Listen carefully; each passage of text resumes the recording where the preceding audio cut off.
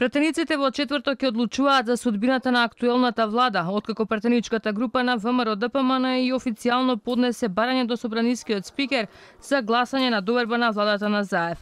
Пратеникот Александар Николовски потврди дека на барањето се потпишани 61 пратеник од ВМРО-ДПМН, Алијанса за албанците, Алтернатива, Беса и Левица. Во однос на составување на нова влада или евентуални брзи предвремени избори, тоа е нешто што ќе го разговараме после четврток, затоа што треба да седнеме со нашите партнери и да видиме кои се програмските определби на сите политички структури кои што евентуално би сакале да состават политичка влада или кои се интересирате за брзи предвремени избори.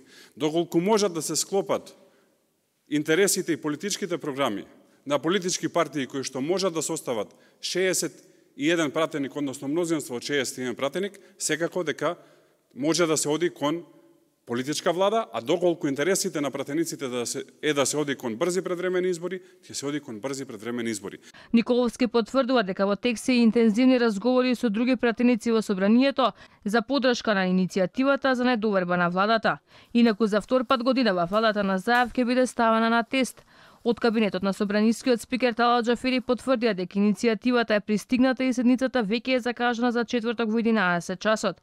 Председателот на собранието Талат Џафери, согласно членот 215 став 2 од деловникот на собранието, ќе ја свика седницата за поставеното барање за гласање за доверба на влада, а истата ќе се одржи на третиот ден од денот на поставувањето на прашањето за доверба на владата, односно во четврток 11 ноември во 11 часот. Според член 215 став 3 од деловникот на собранието, рокот за свикување на седницата почнува да тече на редниот ден од денот на поставувањето на прашањето за доверба на владата, велат од кабинетот на Џафери.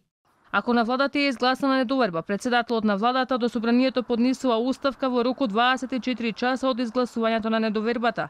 За изгласаната недоверба на владата и за поднесената оставка, председателот на собранието веднаш го известува председателот на државата, затоа што почнува да тече рокот од 10 дена за доделување на мандатот за состав на нова влада.